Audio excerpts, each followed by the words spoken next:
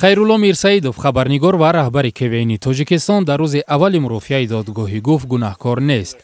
мақомот мегӯяд ӯ дидаю дониста хабари бардуруғ расонда, пули буҷаро аз худ кардааст ва санадҳои қалбакӣ тартиб додааст.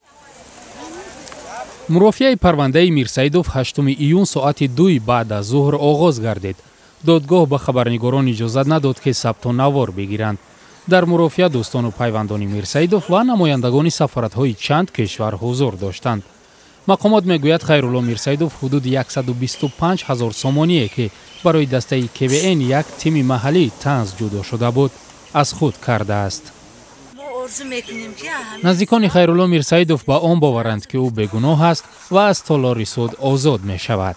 Мирсаидов хайрулло барои бегуноҳ 6 моҳиси ба як ҳамин сезова гирон шитян аз корош мондагӣ обрӯша резондагӣ ҳамин павлият мекунад оянда кораш ба модараш мана касал шудан чӣ қадар касал шудан падараш переживать када чӣ қадар касал шудан мана.